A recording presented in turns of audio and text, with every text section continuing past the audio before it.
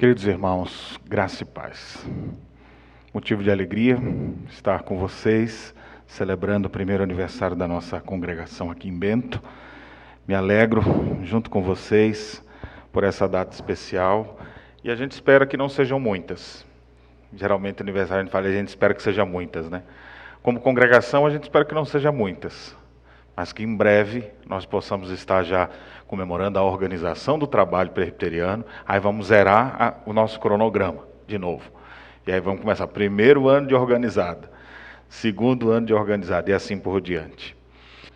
Vamos meditar na palavra de Deus nesse instante. Convido a igreja a abrir as Escrituras Sagradas na primeira carta de Paulo aos Tessalonicenses. 1 Tessalonicenses, capítulo 2. Nós estamos aqui comemorando o aniversário de uma igreja nova, um trabalho recente, e quando eu estudava sobre algum paralelo, ontem até citei, eu me lembrei da igreja de Tessalônica, que foi uma igreja que rapidamente foi iniciada, e também a igreja de Filadélfia. E ontem, então, nós tivemos a oportunidade de estudar um pouco o que a palavra de Deus nos ensina sobre a igreja de Filadélfia. E hoje eu gostaria que você pensar com você um pouco sobre o que Deus fez na cidade de Tessalônica. Na verdade, o que aconteceu em Tessalônica não tem precedentes. Porque quando você acompanha o registro da segunda viagem missionária do apóstolo Paulo para o início da igreja em Tessalônica, aconteceu algo que você não vê acontecendo facilmente. Não é o padrão, foi totalmente fora do padrão. Porque geralmente o apóstolo Paulo passava em um lugar 6 meses, 1 ano, 2, quase 3, e depois ele partia para outro lugar. Em Éfeso, por exemplo, no espaço de 2 anos, ele ensinava todos os dias. Então imagine você ser discipulado pelo apóstolo Paulo. Todos os dias o apóstolo Paulo lhe ensinando. Então os crentes de Éfeso, não é à toa que a Bíblia diz que era uma igreja firme, era uma igreja operosa, era uma igreja de sã doutrina. E mais à frente é que nós vamos ter, isso no final do primeiro século, a carta aos Efésios, dizendo que eles tinham deixado o primeiro amor, que era um esfriamento espiritual. Mas no início não tinha isso, era uma igreja pujante. Mais de 2 anos com o apóstolo Paulo, imagina o que seria. Só que em Tessalônica, na segunda viagem do apóstolo Paulo, ele passou lá talvez 15 dias, ou no máximo 3 semanas. A Bíblia fala que ele falou por 3 sábados na sinagoga. E ele ficou ali, e os judeus ficaram revoltados com ele. É mais ou menos assim, a gente vê judeu humanamente falando, mas do ponto de vista bíblico, Satanás estava furioso, porque aquela cidade era dele, ele mandava e desmandava, então ninguém conhece de Cristo na cidade de Tessalônica, e de repente chega um pregador lá, começa a falar o que aconteceu. Os judeus se converteram, algumas mulheres distintas da cidade se converteram, vários outros gregos se converteram, e agora Satanás, enfurecido, começa a mexer seus pauzinhos através dos judeus, e os judeus começam a perseguir o apóstolo Paulo. Os judeus estavam tão enfurecidos que eles romperam até com o princípio da própria Torá. Encontraram homens maus, da malandragem, é assim que a Bíblia faz referência, procuraram uma turba e fizeram um tumulto para tentar bagunçar as coisas dos crentes. É como se a gente tivesse reunido aqui agora e entrasse um monte de gente aqui para bagunçar esse negócio de crente aqui, não quero nem saber, e enxotando todo mundo, e querendo matar, inclusive. Então o apóstolo Paulo teve que ficar escondido, bateram na casa do irmão Jason, vamos carregar ele daqui, eles acharam que não estava mais ali. Onde é que eles estão? Aqueles que têm transtornado o mundo chegaram aqui. Esse era o discurso que estavam dizendo lá em Tessalônica. Esse que está fazendo uma revolução por onde passa, com essa mensagem aí desse tal de Cristo, chegou aqui agora, vamos acabar com isso. E fizeram uma bagunça na cidade, os irmãos tiveram que pegar o apóstolo Paulo e Silas, vão embora antes que vocês morram, e eles foram para Bereia. Não ficaram, para você ver, o pessoal estava com tanto sangue no olho, né, como a gente diz, estava com tanta fúria, que eles foram para Bereia, Paulo e Silas. Chegando lá, os judeus, vamos atrás deles lá. Eles não se satisfizeram em perseguir Paulo em Tessalônica, foram atrás de Paulo lá, mas lá Paulo não fugiu mais. Não, aqui vamos ficar. E os crentes de Bereia eram mais nobres do que os crentes de Tessalônica. Os de Tessalônica, o coraçãozão aberto, assim. Paulo falava e eles absorviam total. Os de Bereia eram mais assim, que história é essa aí? Vou conferir isso direito aí. Nunca vi isso aí e tal. Mas eu quero dar esse pano de fundo para mostrar para vocês. A igreja, aí você fala, em 3 semanas, Paulo foi lá, pregou, esse pessoal vai dispersar, vai tudo para outra igreja depois. Vai tudo para outro canto depois. Não, o pessoal ficou firme. O pessoal não arredou o pé. O pessoal se fortaleceu. E o apóstolo Paulo, então, depois escreve essa carta. Pelo menos 2 cartas foram escritas para aqueles crentes. Escreve essa carta, reconhecendo que aqueles crentes eram crentes de verdade, que eles abraçaram a fé. Paulo ousa afirmar algo que a gente não costuma fazer em todo o tempo. Ele percebe evidências externas de redenção na vida daqueles irmãos. No capítulo 1 ele diz, reconhecendo, irmãos, a vossa eleição, pela operosidade da vossa fé, pela abnegação do vosso amor, pela firmeza da esperança em nosso Senhor Jesus Cristo. Vocês são eleitos de Deus.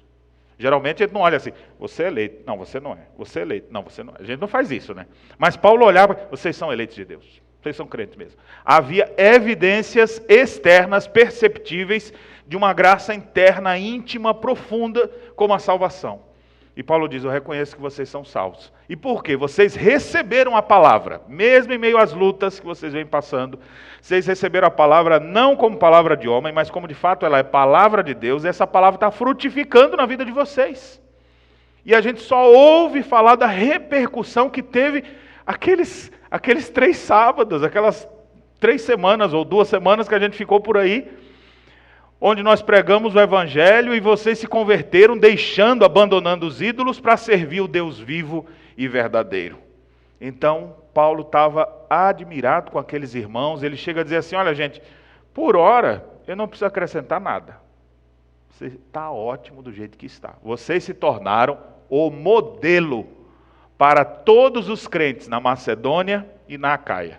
Não tenho o que dizer, não precisa acrescentar coisa alguma. Eu acho que vocês creram meio errado, vocês misturaram o cristianismo com as religiões pagãs. Não, vocês entenderam perfeitamente quem é Cristo em poucos dias. E a igreja ficou plantada ali. O apóstolo Paulo agora escreve e fortalece a fé daqueles irmãos com suas epístolas. E agora no capítulo 2, ele fala de como aconteceu esse impacto tão profundo naquela cidade. Por que a passagem do apóstolo Paulo ali, embora fosse de poucos dias, causou um impacto tão positivo? E eu quero ler esse capítulo, exatamente, capítulo 2, dos versos de 1 a 12, exatamente para a gente ouvir essa explicação do apóstolo Paulo, porque a gente quer isso para a nossa vida, não é verdade? Você não queria que a igreja aqui nessa cidade de Bento Gonçalves, que em cada cidade onde a gente chegasse, com pouco tempo a gente já tivesse uma igreja bem estabelecida? Porque as estatísticas são ruins para nós quando a gente olha a amostragem que nós temos no estado do Rio Grande do Sul. Em torno de 35 cidades onde existe igreja presbiteriana. Pensa na primeira. A primeira igreja que foi fundada aqui em 1963, a primeira igreja da Zenha, algum de vocês já era vivos, né? Eu estava para nascer, estava nos planos ainda. Mas o pastor Geraldo já estava aí, já vivia. Né? Matusalém. Então, levou 10 anos do seu início, hoje começou os primeiros cultos, até a sua organização, eleição dos primeiros presbíteros e diáconos, para a formalização da igreja, levou 10 anos. Você vai ver em outros campos aqui, alguns levaram 20 anos, outros 30 anos. Aí você fala, meu pai do céu, quanto tempo vai demorar o trabalho aqui em Bento Gonçalves? Pela média, uns 10 anos também, né? Pela média. E a gente precisa estabelecer nessa média do que aconteceu, ou a gente pode simplesmente trabalhar, servir e aguardar que o Senhor faça as coisas no tempo dele, mas da maneira que Ele deseja que nós estejamos devidamente engajados. Se Deus nos despertar, Ele pode fazer as coisas avançarem muito mais rapidamente. E diante da urgente necessidade que nós temos de ver a plantação de igrejas no estado do Rio Grande do Sul, com tantas cidades necessitadas, com tantos lugares carentes do Evangelho, por não ter uma igreja reformada, uma igreja bíblica, uma igreja que pelo menos pregue a verdade de Deus, Nossa carência é tão grande que a gente quer ir para aqui e para ali, só que o braço não consegue ir para tantos lugares. Imagine as cidades ao nosso redor, ali em Veranópolis.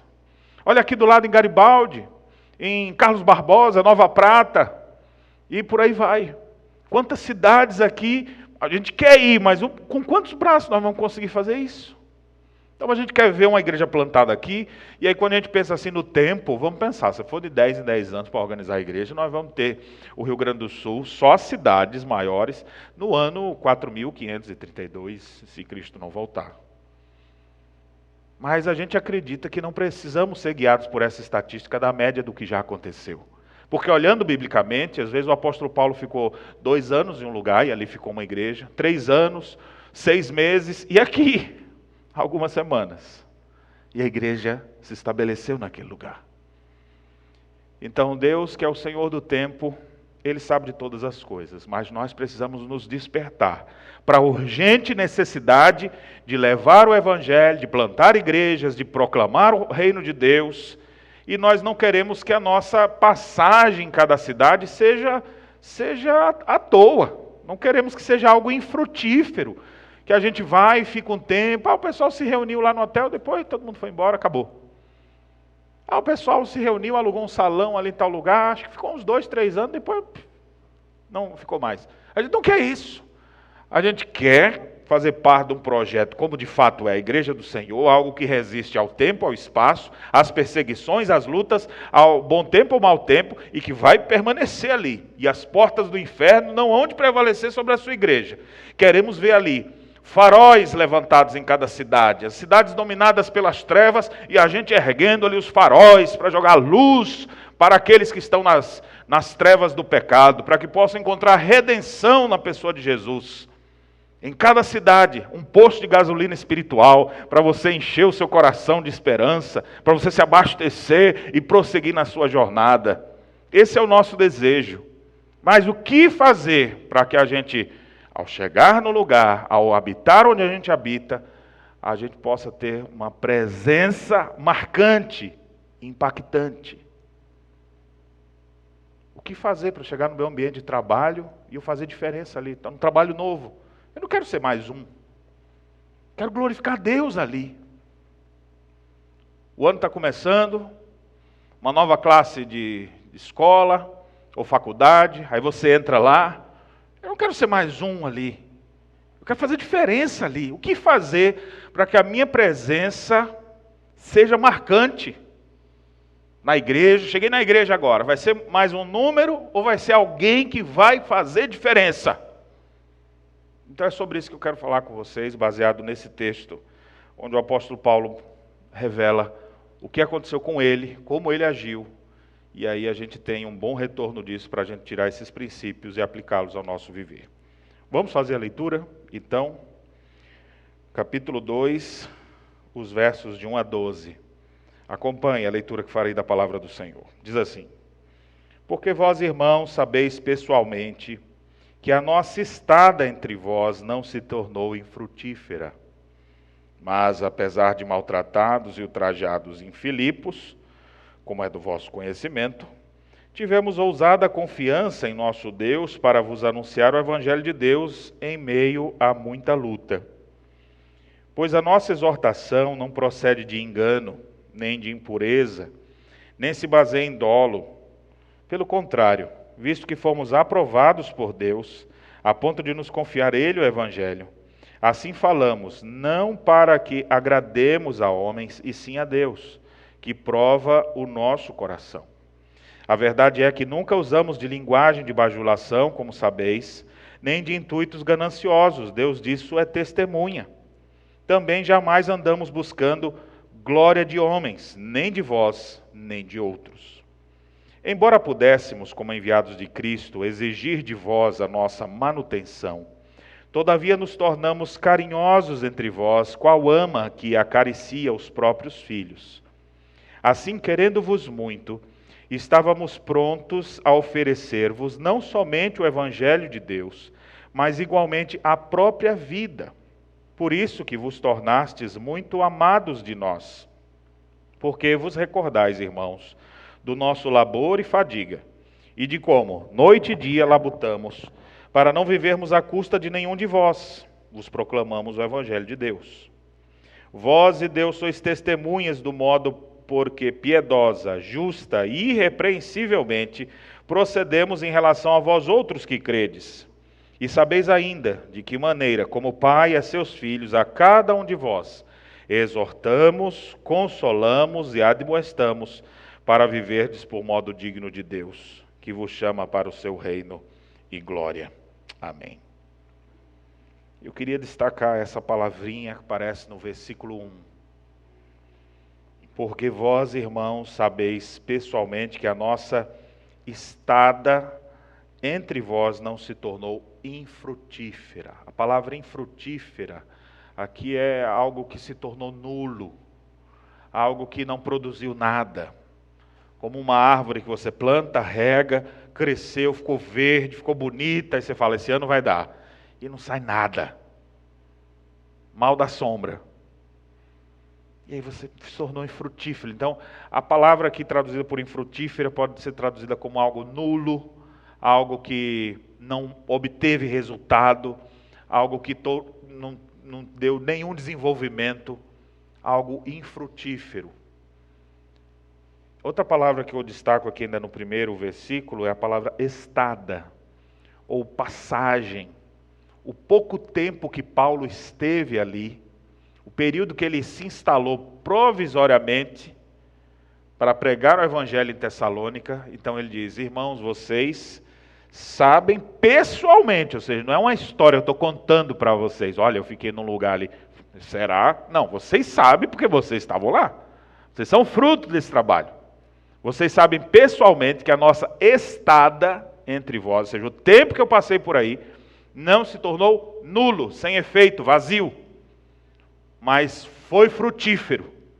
Tão frutífero que hoje vocês estão aí. Igreja do Senhor Jesus, sendo uma referência para todos os povos. Ele diz isso no capítulo 1, a partir do versículo 7, quando ele diz, vocês se tornaram modelo para todos os crentes da Macedônia e da Acaia. Então, reconheço que de fato vocês são de Deus. Está aí a igreja plantada. Eu quero lembrar para vocês, irmãos, que a nossa estada entre vocês não se tornou infrutífera. Vocês sabem disso. Aí ele agora começa a explicar por quê. A primeira coisa que ele explica é exatamente no versículo 2, quando ele fala do destemor dele em proclamar o Evangelho. Depois, nos versículos, a partir do versículo 3 até o versículo 6, ele fala que o interesse dele não era agradar a homens, ele não estava lá para fazer coaching, ele não estava lá para fazer bajulação para ninguém, ele foi alguém que foi aprovado por Deus para pregar o Evangelho de Deus. E depois, versículo 7 a 12, explicando que ele não quis ser peso de ninguém, que ele, como a mãe, cuidava dos filhos, ele então diz, olha, eu estava pronto a oferecer a própria vida por vocês. E aqui nós temos, nessa estrutura do texto, 3 lições importantes para nós, se desejamos ter uma vida frutífera. Se queremos que a nossa passagem nesse mundo produza frutos. Se a gente quer realmente deixar marcas na nossa época. Então aqui nós temos 3 princípios importantes que o apóstolo Paulo nos traz, e eu quero detalhar eles com vocês nesse instante. O primeiro deles, ele diz no versículo 2, acompanha a leitura. Mas apesar de maltratados e ultrajados em Filipos, como é do vosso conhecimento, tivemos ousada confiança em nosso Deus para vos anunciar o Evangelho de Deus em meio a muita luta. O que motivava o apóstolo Paulo, o que fazia do apóstolo Paulo ser alguém tão frutífero por onde passava? E ele diz que tivemos ousada confiança para pregar o Evangelho. Essas expressões são muito interessantes. Ousada confiança para anunciar o Evangelho e o contexto, em meio a muita luta. Observe que as lutas, elas permeiam todo o versículo 2. O versículo 2 já começa dizendo assim, vocês, apesar de maltratados e ultrajados em Filipos, para os crentes de Tessalônica, ele podia só dizer, vocês lembram, né, irmãos, como eu fui maltratado aí? O pessoal botou a gente para correr. Mas aquilo já é passado, então aquilo ali já superou, já está contando, é outra história agora. Ele está falando de Filipos. Lá em Filipos ele acabou sendo preso, lá em Filipos ele acabou sendo castigado, açoitado, amarrado ao tronco. e injustamente por causa do evangelho do Senhor Jesus. Mas apesar disso, pregou o evangelho lá se converteu Lídia, lá se converteu o carcereiro, lá ele libertou aquela jovem endemoniada e muitas outras pessoas se converteram na cidade de Filipos. Ou seja, onde ele chegava, Paulo tinha ousada confiança em Deus para anunciar o evangelho. A ideia de ousado aqui é de alguém que mostra bravura frente ao perigo. O covarde não é simplesmente aquele que teve um medo quando viu o desafio. Porque medo todo mundo tem, viu? Todo mundo tem um friozinho na barriga. Na hora de enfrentar o que for. Todo mundo tem. Agora, coragem é exatamente você enfrentar mesmo com medo. Você vê aqui, ó, aqui está teu filho. Vai pegar aquela mãe com aquela criança no colo ali. E bota um bicho para ir morder a criança, para você ver se ela não voa no pescoço daquele bicho e arrebenta com ele. Você, mas ela tem medo daquele bicho. Mas por que ela fez isso? Porque isso aqui é meu. Então ela demonstrou bravura frente ao perigo. O apóstolo Paulo tinha isso. O apóstolo Paulo não era assim, briguento, encarando todo mundo, que quiser que agora eu saio fazendo confusão com todo mundo. Ele não é isso. Não é assim o apóstolo Paulo. Mas em meio às adversidades, ele não recuava. Pode dar frio na barriga, pode dar um calafrio na espinha, mas ele tinha ousada confiança em Deus. Observe que não é assim, ousada confiança em minha capacidade, ou nos meus músculos tonificados. Não, ele tinha ousada confiança em Deus. Eu sei quem Deus é, eu sei o que Deus mandou eu fazer, e eu sei que o que é o evangelho quando eu prego, é o poder de Deus para a salvação. Então, se eu já sei o que o evangelho faz, eu sei que o Espírito Santo de Deus me envia para eu ir em vários lugares. E quando eu prego, é o próprio Espírito quem toca no coração dos seus eleitos. Ou seja, não é a força do meu discurso, não é nada meu, mas eu tenho que proclamar. Então eu vou. Mas eu olho assim o cenário e falo, aqui não vai dar certo. Imagina Paulo pregando e os judeus atrapalhando o tempo inteiro. Alguns teólogos até acham que aquele espinho da carne que Paulo se refere, que atrapalhava tanto a vida dele, pudesse ser esses judeus atrapalhando ele. Porque Paulo às vezes não conseguia nem terminar um sermão direito. Está ali pregando, já entra os judeus querendo arrebentar com ele. O pessoal pega o apóstolo Paulo, bota dentro do cesto, desce pela muralha, vai embora Paulo antes que o pessoal te mate. Tem hora que os caras pegam ele, apedrejam o apóstolo Paulo, derrubam o apóstolo Paulo. O apóstolo Paulo de fato tinha marcas, devia ter marcas no corpo todo, de que pertencia a Cristo. Podia chegar assim para nós, irmãos, está vendo essa pedrada aqui? Olha aqui, está meio fofo aqui, né? Aqui foi uma pedrada. Está vendo esse rasgo aqui? Isso aqui foi no dia que o pessoal me jogou lá. Está vendo essa marca aqui, ó? Isso aqui foi no dia que lá em Filipos o pessoal me deu a surra. Está vendo essas marcas aqui no tornozelo? Foi o tronco, o pessoal apertou muito ali. Mas o apóstolo Paulo não se intimidava. Eu fico pensando se fosse um de nós, um momento de bravura que você teve na vida. Assim. Aí você levanta, hoje eu vou pregar, nem que seja uma vez na vida. Assisti aquele filme, né, o zoológico lá, não sei das quantas, o gurizinho diz assim, o pai dele ensinava assim, faça alguma coisa corajosa, nem que seja por 5 segundos. Fale alguma coisa, mas faça. Ele vai lá e diz alguma coisa. Então você pegou uma coisa, eu vou ser corajoso, nem que seja por 5 segundos e vou dizer alguma coisa para alguém. Aí você foi lá e falou. Agora imagine alguém por causa disso fazer o maior movimento, atrapalhar a sua vida, você perder o emprego, ser afastado da sua família, ser jogado da cidade. A primeira coisa que, na nossa época, as pessoas iam fazer, rapaz, não prego mais.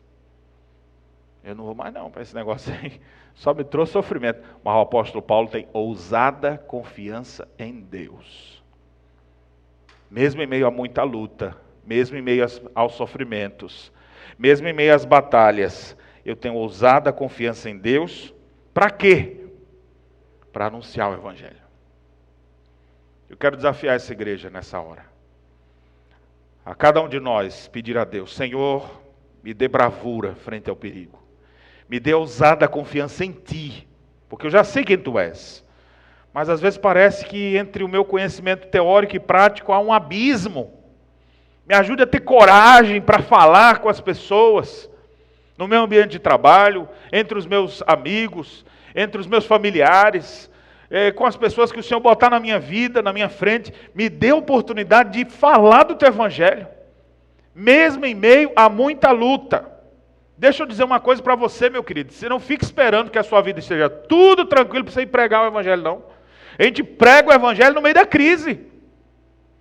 A gente prega o evangelho nas horas mais difíceis mesmo. Não fica esperando, não, hoje eu estou sem cabeça para evangelizar. Não, é sem cabeça mesmo. Vai lá, mula sem cabeça e prega. Está desempregado, desanimado, na fila do emprego, oh meu Deus. Aí vai ver uma pessoa assim do lado e fala, não tenho nem coragem de evangelizar, estou tão mal. Não, cara, agora que é a hora. Porque tu está tendo contato com uma pessoa ali que vai precisar.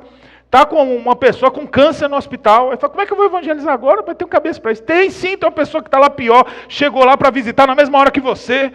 E você tem o tesouro, ele não tem. Você conhece a Cristo. Se ele não conhece, ele não tem o que você pode trazer para ele. Tá ruim a situação, pá, que coisa, eu vou lembrar de orar por ele. Deus te abençoe, sabe que existe um Deus que é poderoso para nos socorrer e ele promete estar conosco nas horas mais difíceis. Não sai prometendo cura, viu? A gente não sai. Vai ser curado em nome de Jesus. Né? De hoje não passa. Aí passa para outro dia, a pessoa fica com raiva de Deus e em vez de ter ficado de você, ele dá uns bons tapas, né? Mas não, então, mas você diga, mesmo na crise, independente do que for, Cristo vai estar do seu lado. Creia nele, confie nele, ore a ele. Dá uma Bíblia para essa pessoa agora. Vai ser a hora, às vezes, da crise. Quantas pessoas não se converteram na hora da crise? Quem sabe até alguns de vocês foi assim. Hora difícil, alguém chegou e testemunhou para você, convidou para ir num lugar. Às vezes a gente vai até onde menos espera, né? Porque na hora da crise você está tão abalado que as pessoas, vamos ali na minha igreja. Você fala, vamos. E tem gente que às vezes chega no nosso meio que começou, às vezes, por umas igrejas tão complicadas. Mas por que foram lá? Porque eles convidaram na hora mais difícil. E você foi. Vamos lá na mãe, não sei das quantas lá, que ela faz umas curas, uns negócios. Você está tão desesperado, aí vai. Então assim, ó, na hora da dificuldade mesmo. É no enterro, no velório. Fala, agora eu vou ter cabeça para evangelizar ninguém. Claro que sim. Vamos no velório lá. Ô pastor, eu queria que o senhor trouxesse uma palavra lá. Vamos cantar uma música também de consolo lá. E se eu puder trazer uma palavra para todo mundo. Na hora difícil ali, é a oportunidade que Deus nos dá. Em meio a muita luta. É no meio da provação. O versículo 2 está assim, ó, maltratados, ultrajados, em meio a muita luta. Esse é o contexto que a gente prega. Não fique esperando assim, ó. Estou na praia do Nordeste, de preferência. Natal, Rio Grande do Norte, na praia assim. Ou em Salvador, tomando água de coco, olha para o lado e fala, querer consolar uma pessoa que está ali. Então não fique esperando chegar esse momento, mas nada impede que seja nessa hora também, viu? Onde você estiver, em qualquer circunstância, tenha ousada confiança em Deus para pregar o Evangelho. Meus irmãos, vocês não têm ideia do potencial que Cristo botou na mão de vocês. Vocês têm acesso a pessoas que ninguém mais tem. O presbítero Antônio aqui é o responsável pelo trabalho. O desejo dele é ver as pessoas se convertendo, vindas de vários lugares, porque a gente não quer alcançar apenas uma classe. Queremos evangelizar ricos, queremos evangelizar pobres, queremos evangelizar gente daqui, gente que vem morar aqui, gente que mora na parte plana de Bento, que mora na parte de morro de Bento, né? Em todos os lugares, gente de todos os tipos, de todos os modelos lá, venha como está, não fique como chegou, e vamos continuar nossa caminhada. É isso que a gente quer. A gente quer ver o trabalho avançando, crescendo, mas ele não vai ter condição de ir em todos os lugares. Tem lugar que só você vai, porque Deus te botou ali. Tem contato com algumas pessoas que só você tem esse contato, mas ninguém. Eu sou capelão militar. Dentro do quartel, talvez você não entre, mas eu estou lá. A oportunidade que Deus me deu para testemunhar por ali. Trabalho no hospital. Tem hora que até eu, capelão, quero entrar, dificuldade para chegar lá. Mas você está lá. É o teu ambiente. Compartilha com aquelas pessoas. Tua família é fechada, mas tu está lá dentro dela já. Tu é um missionário de Deus ali. Tem ousada confiança para anunciar o Evangelho. Invista em aquisição de Bíblias. Esses dias nós compramos lá eu estou com uma sala lá topada de Novo Testamento, compramos agora uns Novos Testamentos para poder distribuir. Crente tem que ter Bíblia, porque a fé vem pelo ouvir da palavra de Deus. Você ter sempre um material que eu queria entregar para você, não é assim sair entregando assim para qualquer um, não. Tem um momento ali, você conversou e tal. Imagine você chegar para alguém com a Bíblia mesmo, ao invés de com um folhetinho, preto e branco, má qualidade.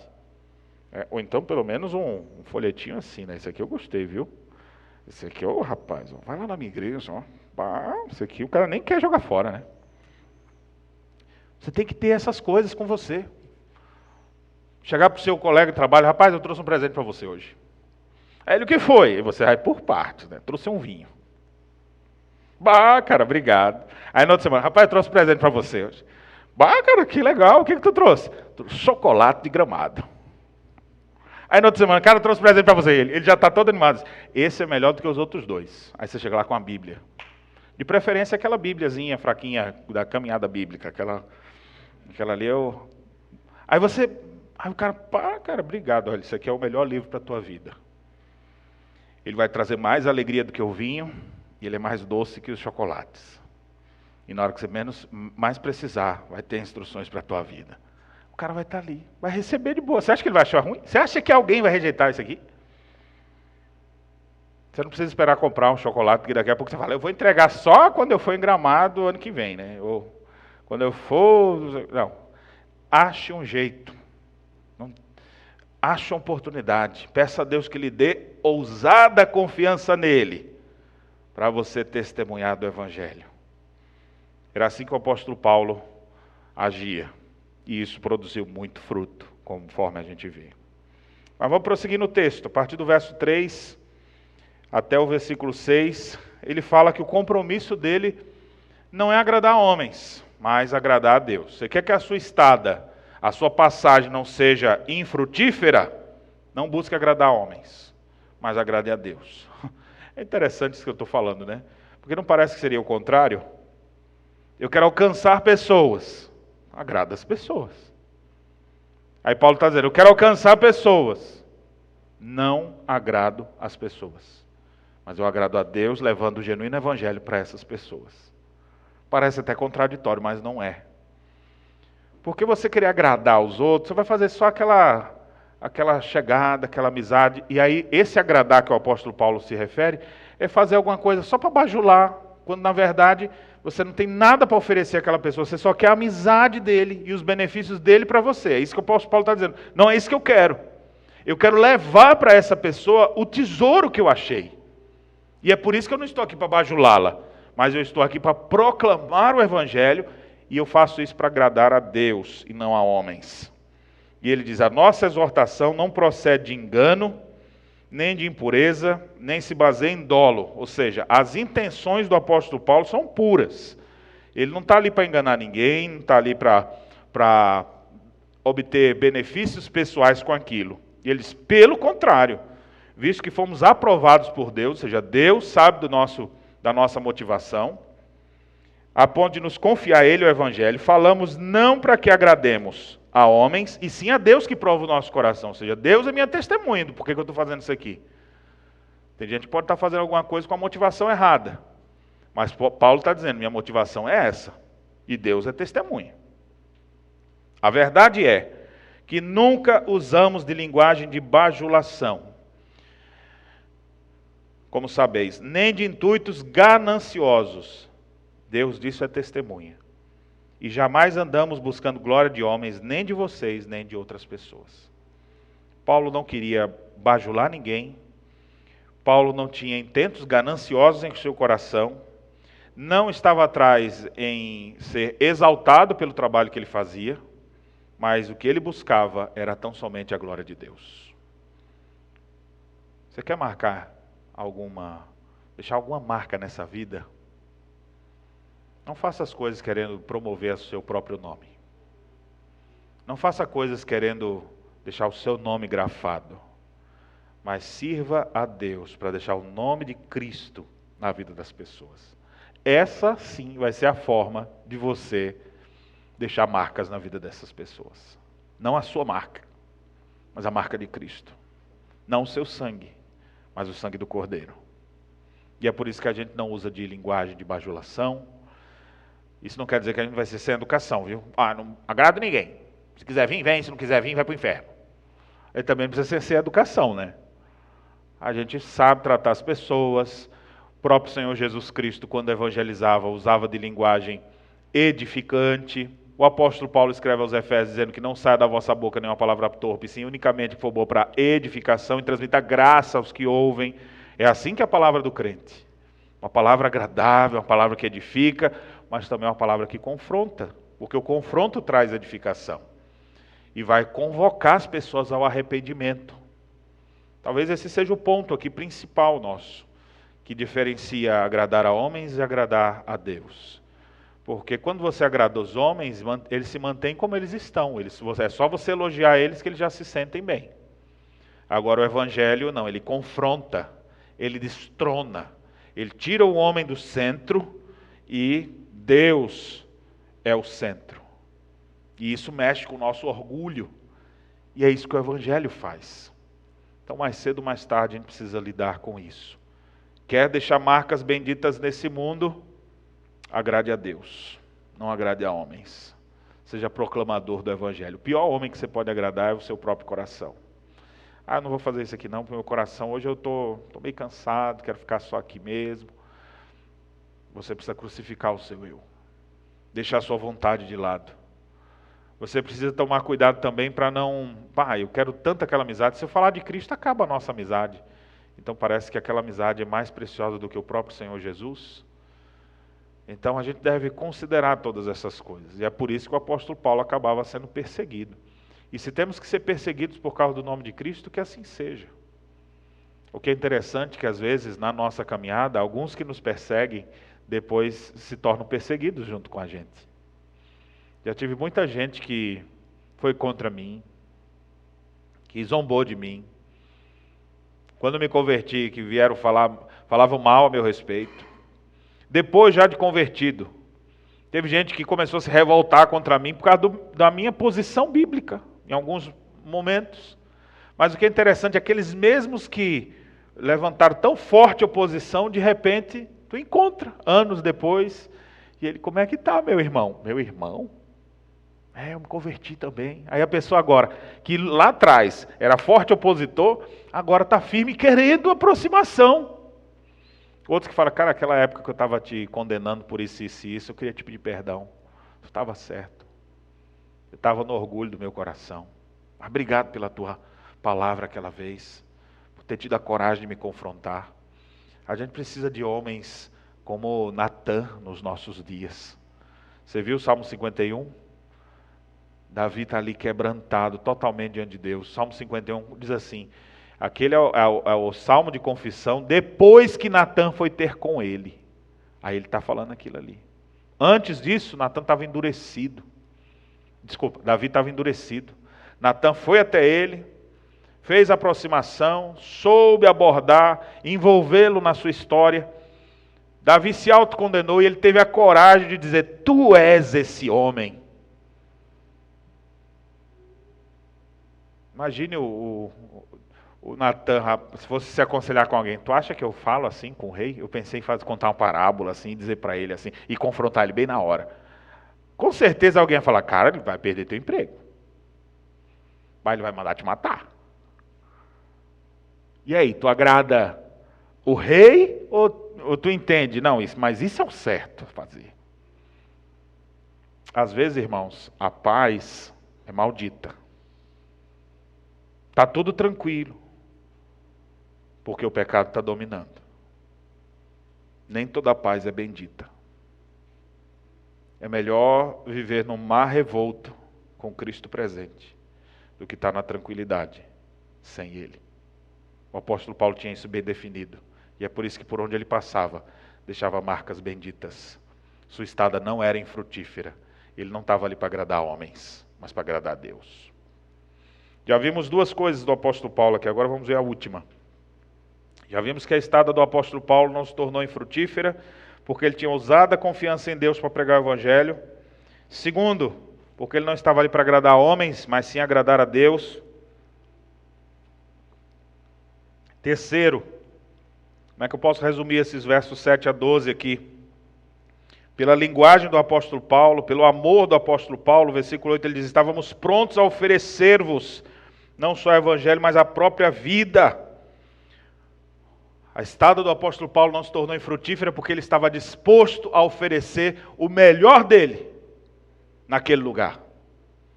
Meu irmão, você pode passar uma semana no lugar, 2 semanas no lugar, um dia no lugar, ofereça o seu melhor. Não faça só por fazer. Nunca faça só por fazer. Há uma máxima entre os aviadores de que quando você vai fazer alguma coisa, faça bem feito para fazer uma vez só.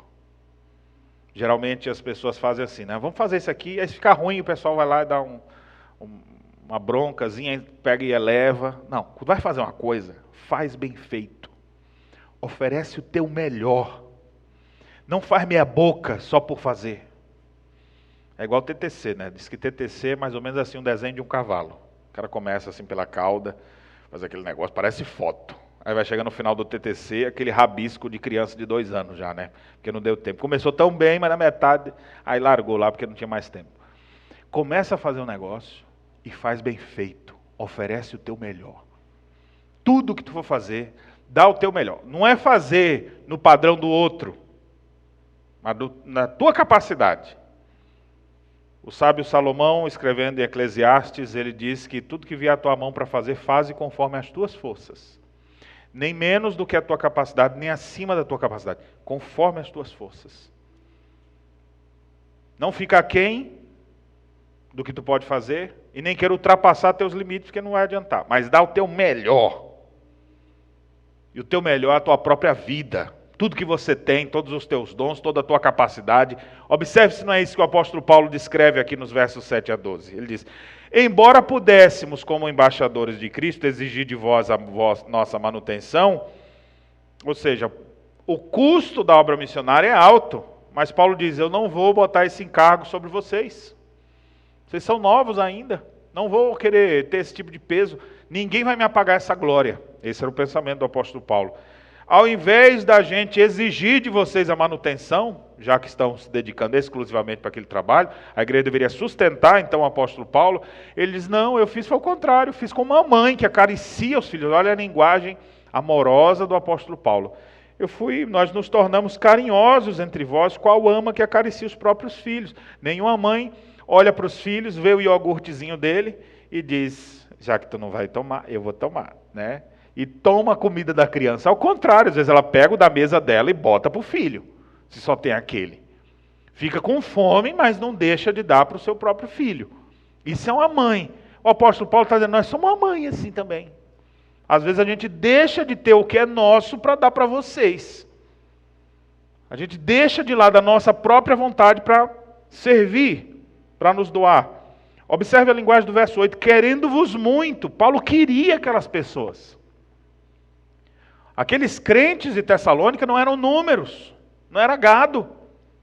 Infelizmente, hoje tem muitas igrejas que são praticamente depósitos humanos, onde você larga lá um monte de gente, mas ninguém sabe nem quem é quem.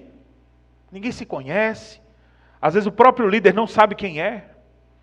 2 anos que frequenta a igreja e o cara: seja bem-vindo, Deus abençoe. Pastor, eu estou 2 anos aqui, foi o senhor que bateu, o senhor fez meu casamento, o senhor lembra não? Eu trabalho em sua casa também. E a pessoa nem sabe quem é. Essa é a realidade de muitos lugares. Não era assim com o apóstolo Paulo. O apóstolo Paulo: eu quero vocês. Eu quero muito vocês, porque vocês são igreja, vocês são o corpo de Cristo. E nós, querendo-vos muito, estávamos prontos a oferecermos não só o evangelho, porque é o melhor presente de todos, né? Pregar o evangelho, dar a salvação para as pessoas. A gente estava disposto não só a dar o evangelho para vocês, mas dar a nossa própria vida. Se a gente tivesse que morrer aí fazendo isso, a gente estava disposto a morrer. Por isso vos tornastes muito amados de nós. Que amor maravilhoso. Esse amor de Paulo por aquele povo revela a sua gratidão pelo amor de Cristo por nós. Cristo deu sua vida por nós, nós devemos dar a vida pelos irmãos, diz o apóstolo João. E aqui Paulo reflete esse ensino do próprio Senhor. Aqueles que foram perdoados por Deus, que foram transformados pelo poder de Deus, esses querem agora viver para servir a Deus e oferecer o melhor que eles podem. Não as suas sobras, não o resto de sua capacidade, seus dons e talentos. Meus irmãos, vocês têm tanto potencial que Deus botou na mão de vocês, mas quanto disso tem sido convertido para o reino de Deus? É a pergunta que eu vos faço. Vocês estão dando o melhor de vocês, a primícia de vocês, a melhor parte de vocês, ou só o final? Você sabe o que é a primícia, né? Você já foi almoçar em restaurante logo no início? Coisa boa chegar, está tudo arrumadinho, você, oh, beleza, ninguém mexeu, está tudo... Pior coisa é chegar no fim do restaurante lá, tudo mexido, misturado, os garfos sujos, e a sobra, né? Porque tem uns lá que já esvaziou e você fica ali carratando alguma coisa. Fim de almoço, fim de feira, a mesma coisa. Você começa no início da feira, todas as frutinhas bonitinhas, azul, tudo mexido, amassada, caiu no chão, o cara botou lá de novo. E aí você, o que você está oferecendo para Deus? O início ou o fim? O seu melhor ou as suas sobras? Oferece qualquer coisa para Deus e quer que isso marque a vida de alguém? Quer marcar a vida da tua esposa? Vou aproveitar agora, pastor, inspirado na sua mensagem, vou comprar um presente para minha esposa. Eu vi que tem uma promoção ali na loja de 3 por 10. Vou comprar uma brusinha daquela para ela. Eu falei, meu amigo, esse é o teu melhor? É porque, pastor, tinha uma promoção lá de 130 e eu peguei para mim. Né? O dinheiro é pouco, né? A gente tem que economizar. Ou seja, para você o melhor, para os outros o que sobra. Ofereça o seu melhor. Ofereça o seu melhor para o seu cônjuge. Ofereça o seu melhor para seus filhos. Ofereça o seu melhor para as pessoas ao seu redor. Queira isso para você e queira isso para as pessoas que estão com você. Ofereça o seu melhor. Paulo vivia regido por esse princípio. E ele diz, vocês recordam, irmãos, verso 9, do nosso labor e fadiga, ou seja, quem oferece o melhor, trabalha muito, se afadiga naquilo.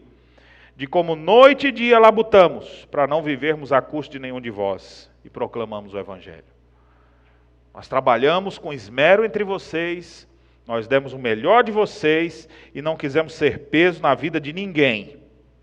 Vós e Deus sois testemunhas da maneira como nós vivemos, de maneira piedosa, justa e irrepreensível. Alguém tem alguma coisa para acusar a gente do que a gente fez aí com vocês? Aí todo mundo, não, nunca vi, que procedimento maravilhoso ele teve no nosso meio. Assim era o apóstolo Paulo. E sabeis ainda de que maneira como pai a seus filhos, a cada um de vós exortamos, consolamos e admoestamos, para viver de modo digno de Deus que o chama para o seu reino e glória. Primeiro Paulo usa a figura de uma mãe que acaricia os filhos. Agora ele diz, eu sou uma mãe para vocês, também sou um pai, que exorta, que consola, que adverte, que diz por onde deve seguir. Então Paulo se utiliza dessas figuras só para dizer, eu amo vocês e quero oferecer o meu melhor nesse lugar. Vão ficar poucos dias, é tanto que Paulo saiu de lá e ele está escrevendo uma carta para lá. Esses irmãos não vão compreender algumas partes dessa carta e Paulo vai escrever outra depois, exatamente para que aqueles irmãos não fiquem perturbados por causa dos textos dele. Meus irmãos, aqui está um exemplo de alguém que passou deixando marcas benditas. Teve ousada confiança em Deus para pregar o Evangelho. Não buscou agradar homens, mas agradar a Deus em todo o seu proceder. E estava disposto a oferecer o melhor dele. Não sendo peso na vida de ninguém, mas pelo contrário, como um pai, como uma mãe que ama seus filhos, assim ele demonstrou amor para com seus semelhantes. E você? O que fará? O que fará para deixar marcas nessa geração, nessa cidade, na vida das pessoas que lhe cercam? A Bíblia conta o nome de um rei de Israel, que eu nem lembro o nome dele aqui agora, mas diz assim, ele morreu sem deixar de si saudade. Me fugiu até o nome do vivente. Aí, olha lá, o piedoso está lembrando ali. Como é que é? Georão. Pois é, já tinha até esquecido. Não deixou nem marca, né? Como é que eu vou lembrar o nome dele? Nem saudade fez, porque tem umas pessoas assim, deu tanto trabalho, mas agora dá até saudade depois que partiu. Esse nem saudade deixou.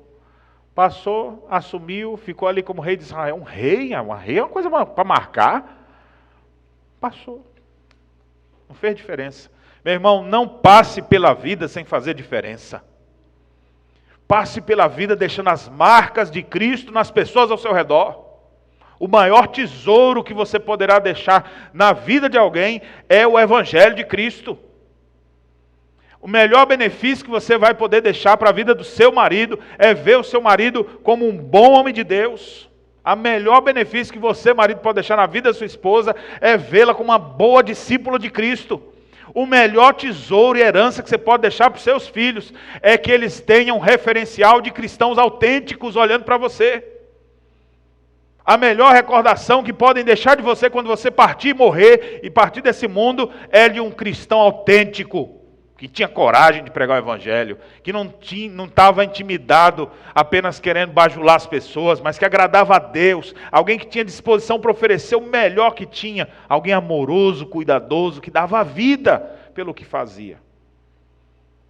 Que Deus nos abençoe e nos dê graça para vivermos desse jeito. E com certeza deixaremos marcas benditas, a nossa estada será frutífera. Que Deus nos abençoe. Amém.